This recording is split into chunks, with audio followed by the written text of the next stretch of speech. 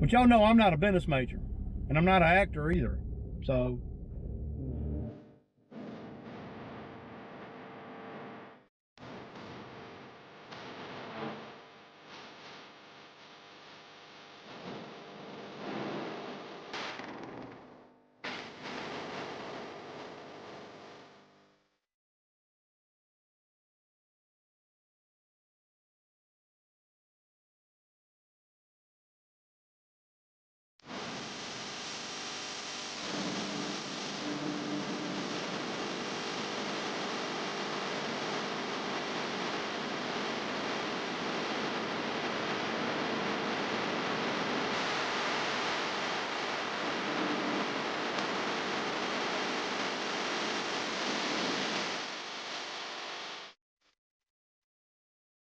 you know, I've had a lot of people come in the comments saying that, you know, that I get sideways with them when they make a comment or a suggestion. But see, it's not coming off as a suggestion.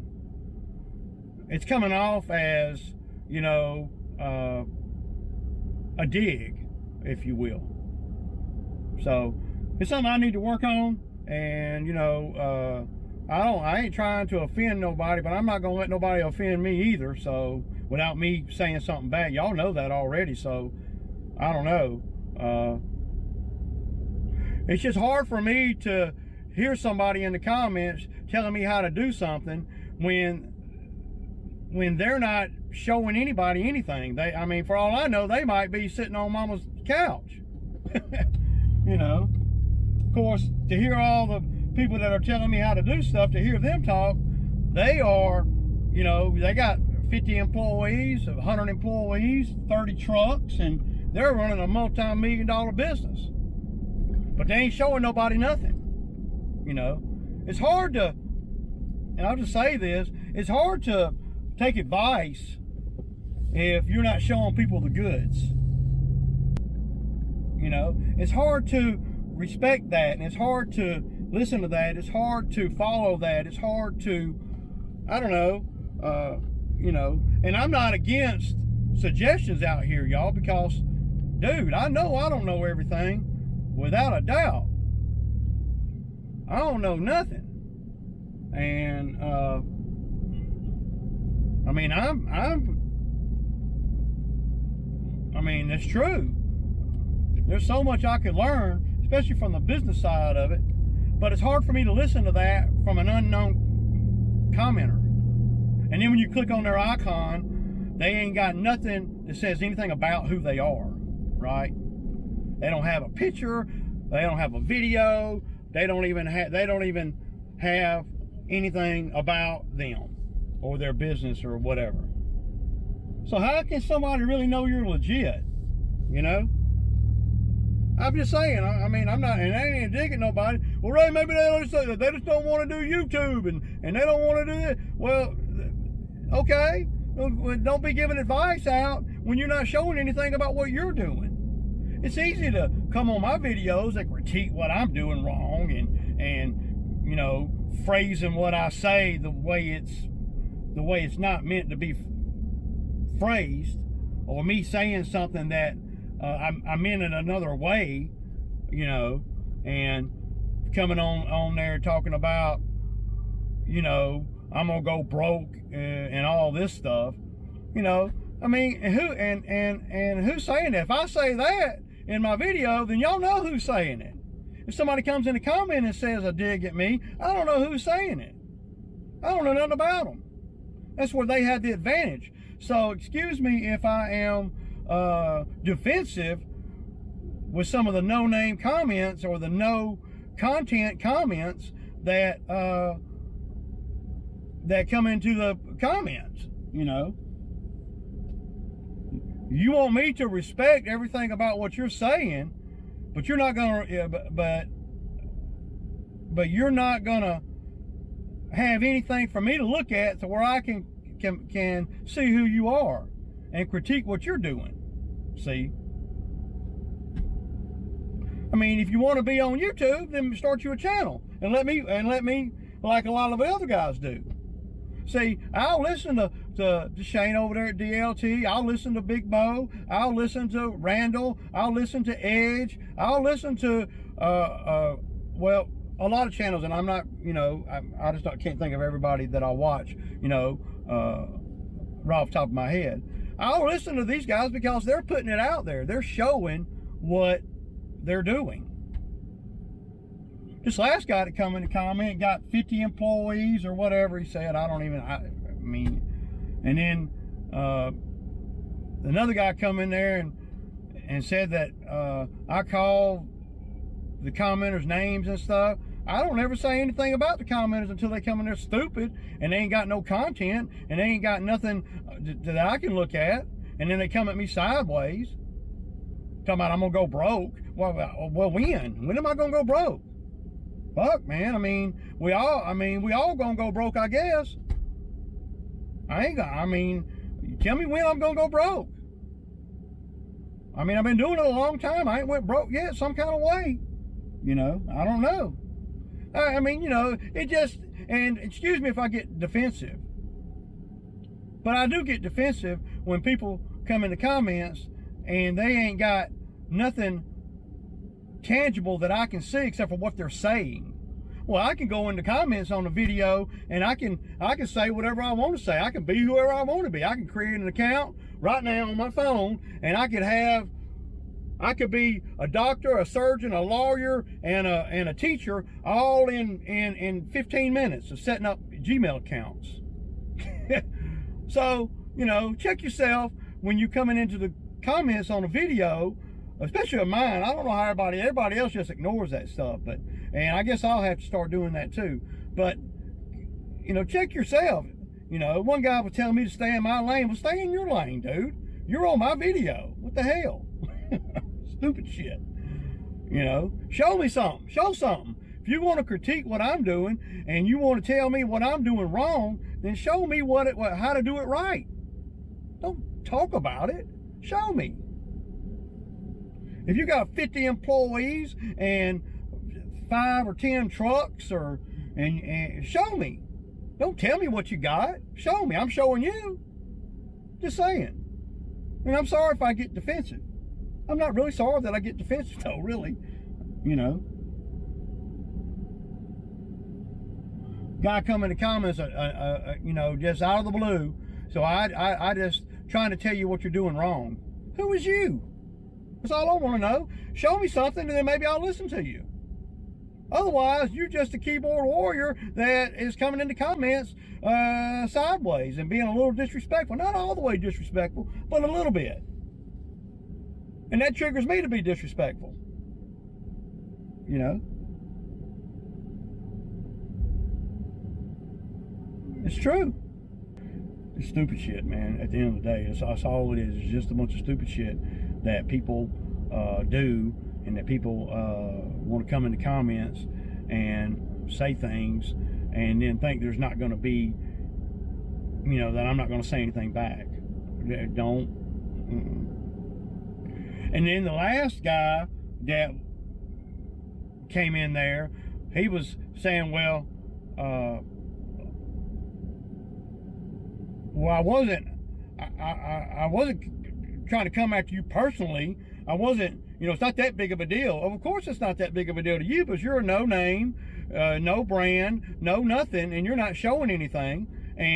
But me, I'm out here working and putting a lot of time in the videos, and then for you to come in my comments or go on another video and go in their comments talking shit about me, man, come on, dude. That's some 12-year-old bullshit.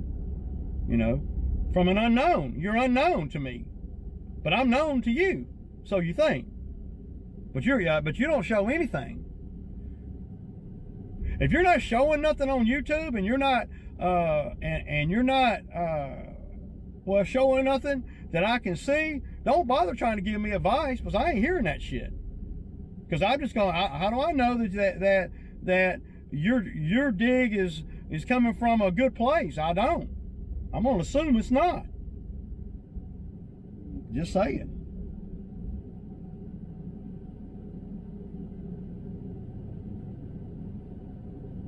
It's funny how people that don't do you know, and 99% of people that watch the videos, that comment and stuff, I mean, if they don't agree with me, there's a way to do it where, you know,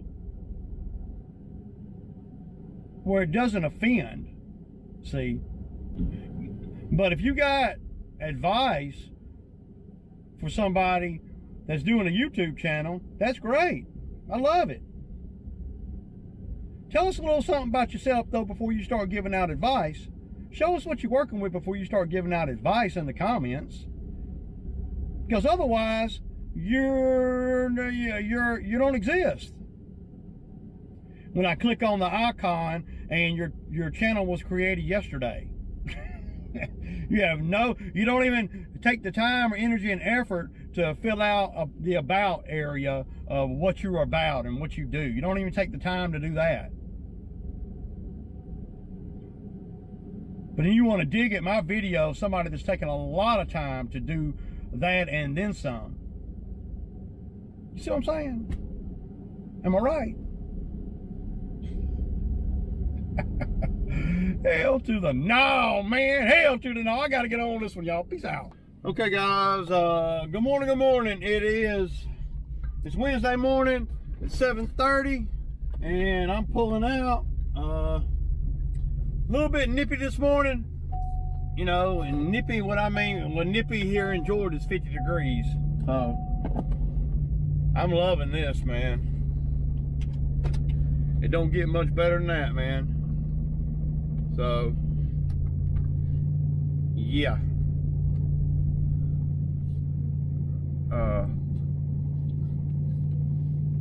Long sleeve today. How about that? I like it. I like it. I like it. So we got a pretty good bit on the list to do today. Y'all know we didn't work yesterday. But that's just the nature of what happens this time of year. You know,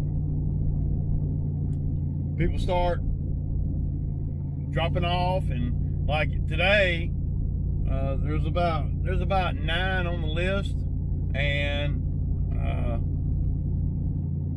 out of those 9, there usually is about 12. So there's 3 of them on here that we won't be doing. Well, they're not on the list. I didn't put them on the list. Okay, y'all, 7:54, and I'm pulling up to the first one. This is a commercial site. It's not, it shouldn't take me very long. I'm only doing one of them. The other lady, she done canceled for the season. So yeah. But I'm not doing this one.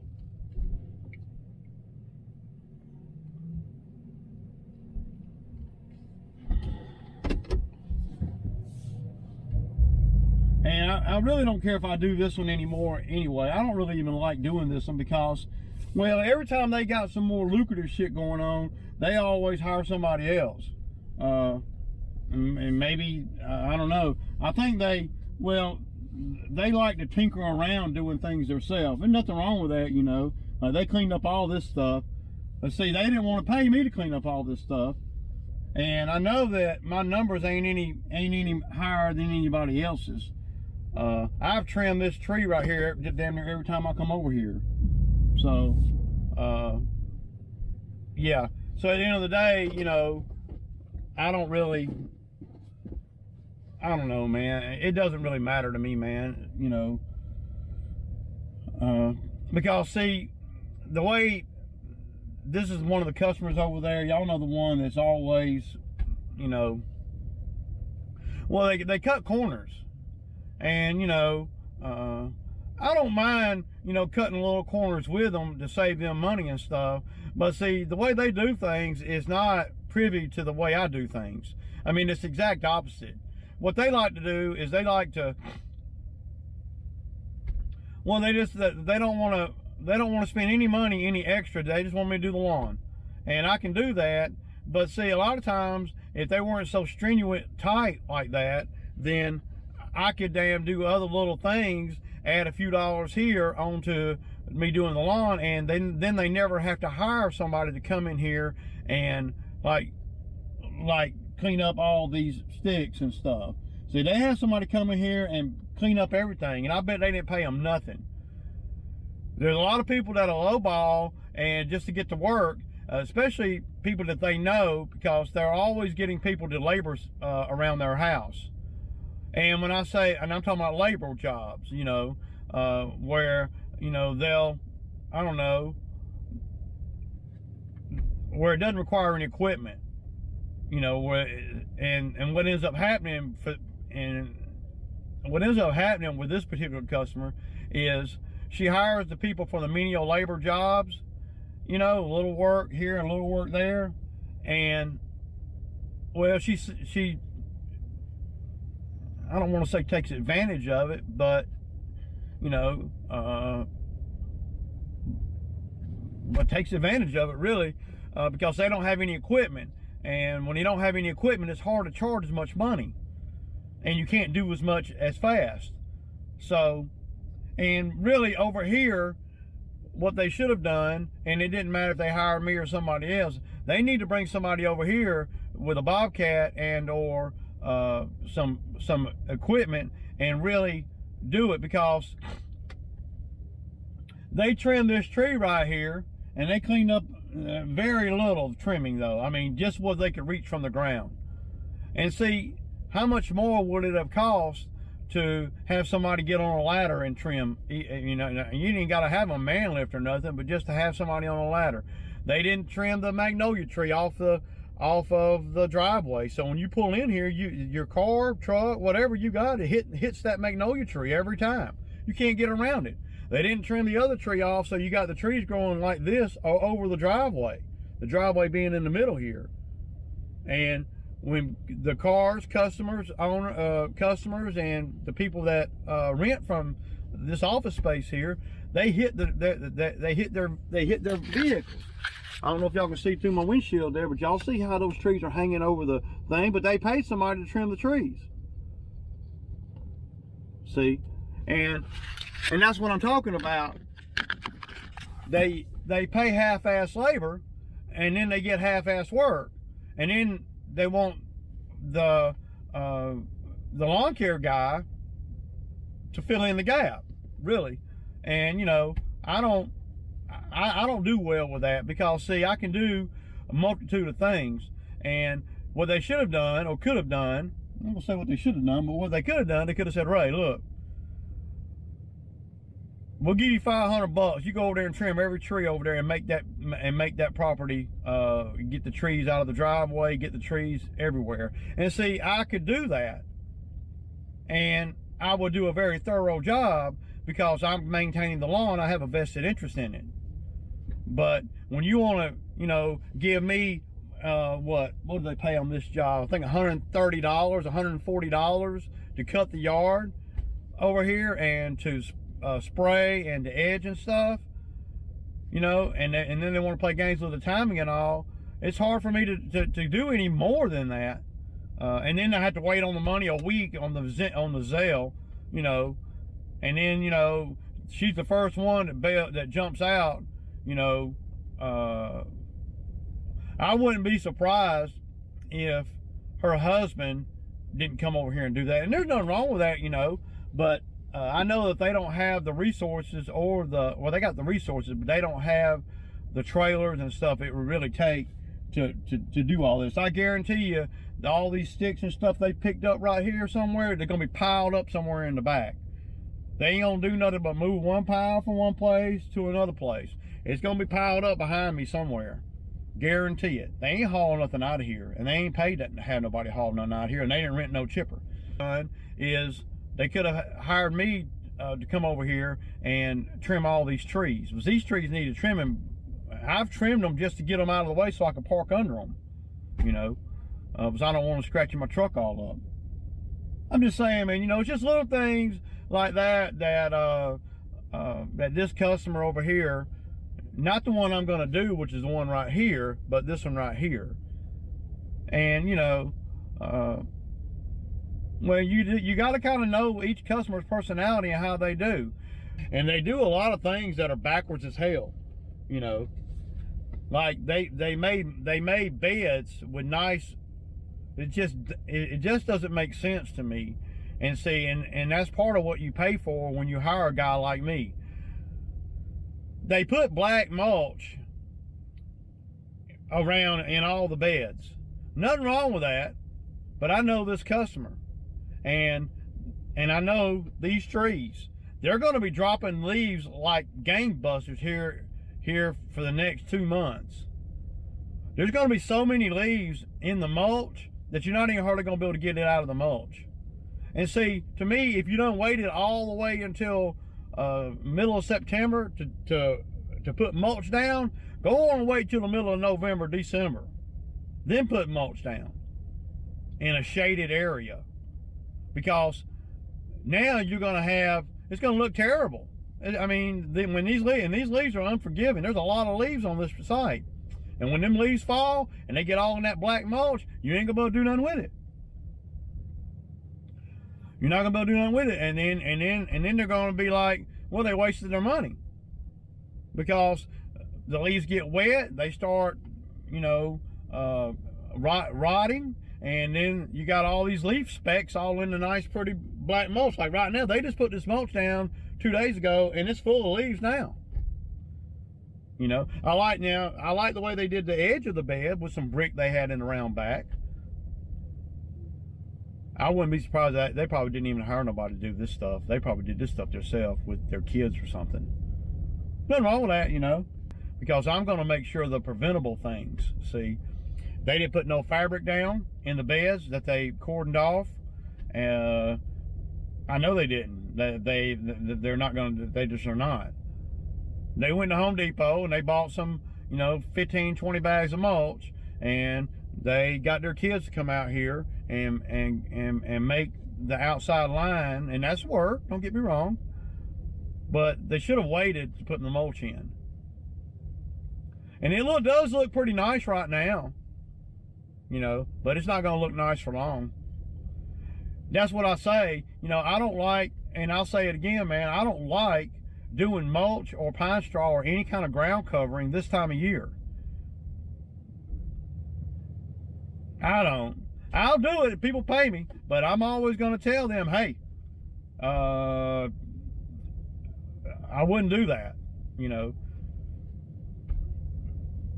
But a lot of times people will do it, and sometimes it'll work out for them, okay, because it's not in a shaded area where there's a lot of trees. See, over here, there's a lot of trees. I mean, there's leaves all on the ground out in the grass right now. And I'm not cutting it today. I'm not doing anything with it today. This time, when December rolls around, January rolls around, and this place is looking like ass over here, she gonna call me and want me to go do the yard, right? And then she gonna try to pay me the $130 or $40. I can't remember what I don't have it on my list today. I think it's $130 or $40. Well, I know it's one of them. So she's gonna call me, and after all the leaves fall and it starts looking really bad, when the tenants start saying something, well, there's 5 inches of leaves all the way across on the ground over here. And then she's gonna call me and say, hey, can you go over there and cut the grass? And then I'm gonna come over here and it ain't gonna be cutting the grass, it's gonna be a winter cleanup. Because she done let it get, to the point of from like now until January without me putting a mower on it. So you're gonna have all the winter stuff start to grow, the onions and a lot of the winter weeds and stuff, they don't grow as aggressive as the grass does, but they do get pretty aggressive. So, it's just something that you have to be thinking about and shit when you're me, because most of my customers, not all of them, but most of my customers pay me for not only the physical part of doing the work, right? But they pay me for what I know and for what my experiences are. That's really what they're paying for too. And my experience is, if you put mulch down in September, well, it's not going to look good, but for about a week or two. And then you're going to have to either either have somebody come and clean it out, and they're not going to do that. I know them. They don't, you know. My thinking is, if you done went all summer and didn't do anything and didn't put mulch down, why would you wait until the leaves are about to fall before you do it? I mean, I don't know. That just tells you the customer's experience with what they're doing. And, you know, see, I would not have, and maybe that's why they didn't hire me to do it. I would not have done that. I would have told them exactly what I'm telling y'all, and then they would have made a decision from that point on. But maybe there's some factors outside of what I know. Maybe the city was getting on to them because it was looking like crap or whatever. I don't know. But the customers, they're so busy trying to save $1. Not all of them, but some of them are so busy trying to save $1 that they lose $10 by having to redo things. So, all right, y'all, got done with that one. 26 minutes, $65. So, yeah, that ain't bad at all. You know, I'm always talking about how I don't charge by the hour on nothing. And I'm pretty defiant in that philosophy, right? And it's true. But I always seem to, you know, have to go back and look at how long it takes to do something and how much money that I made. So this morning, it's 10 o'clock right now. This morning, in 2 hours, I've done $165. And that is with about 35 or 40 minutes of drive time. Now, it'll be a little quicker on the way back. So, roughly 80 bucks an hour if you broke it down. Now, if I've been out here for, even though I don't work by the hour, if I had been out here for 4 hours and I'm at that same number, then well, I'm that's not good, you know. So I have to use time, you know, how long it takes, blah blah, to determine if I'm on pace of where I need to be. Does that make, I don't know if that makes sense or not. That would be roughly $80 an hour, but that's not that great when you consider the drive time. Now, moving forward for the rest of the day, it's going to be a lot quicker. So I might be doing, you know, I'll do 140 over here in an hour, the next one. So it won't even take me an hour, probably about 45 minutes. But I'm not charging the customer by the hour, but I am, well, I'm internally thinking it took me blah blah time, minutes, hours, whatever, to make this much money, whatever it is. So in 2 hours thus far today, and that's the gross, it's not counting fuel or anything. In 2 hours, I'm at $165. In 3 hours, I'll be at double that. Well, not quite double that. I'll make $145 over here for 2 cuts, and I shouldn't be there an hour. See what I'm saying? So what I've done thus far works. Well, it works out in the course of the day, because I'm at my most inefficient up to this point for this route for today. I don't know if I'm explaining it right, man, but that's kind of, even though I don't work by the hour, I'm always of mindset, how long would it take you to do that? Not so I can charge, but so I can either speed up or charge more, one or the other. It's got to make sense to me internally. Do I have a set number that I like to get per hour? No, not really, because you can't hardly do it like that. At least, you know, you can, and you might make more money that way. But for me, doing the lawn maintenance, it varies somewhat. You know, if I were just pulling up on a stranger's house and doing a job, then that would be different. I'm still not going to charge by the hour, but I'm going to be, well, it's harder for me to predict what's going on. On the lawn maintenance tip, I know what's going on. I know how long it takes me to do this, that ahead of time, or how long it should, unless something, you know, happens or breaks or whatever, you know. So I don't know if that clears up some of the confusion on how I charge or not. I still don't go to the customer and say, okay, I'm gonna charge $100 an hour or $80 an hour. I don't do that on any job. And the other day when I was referring to mulching, I was not referring to, you know, mulch that goes into a bed. I was referring to skid steer mulching, you know, where you go up in the woods and you're mulching. They got guys that do that by the hour around here, and they're charging like $150 an hour. And see, if you ask me, they if I'm them, I ain't, you know, I would, there's no way that I would do that for 150. I would not do it by the hour. Of course, you know, they know more about the mulching game than I know, obviously, but I make that much with the skid steer and a flat bucket on it, you know, not doing it by the hour. You know, if you got a forestry mulcher and a big skid steer to run that forestry mulcher, and you can run up in these woods and you can look at the woods and say, okay, this is 2 acres or whatever, I'll do it for $5,000 or whatever, you know. I don't even know.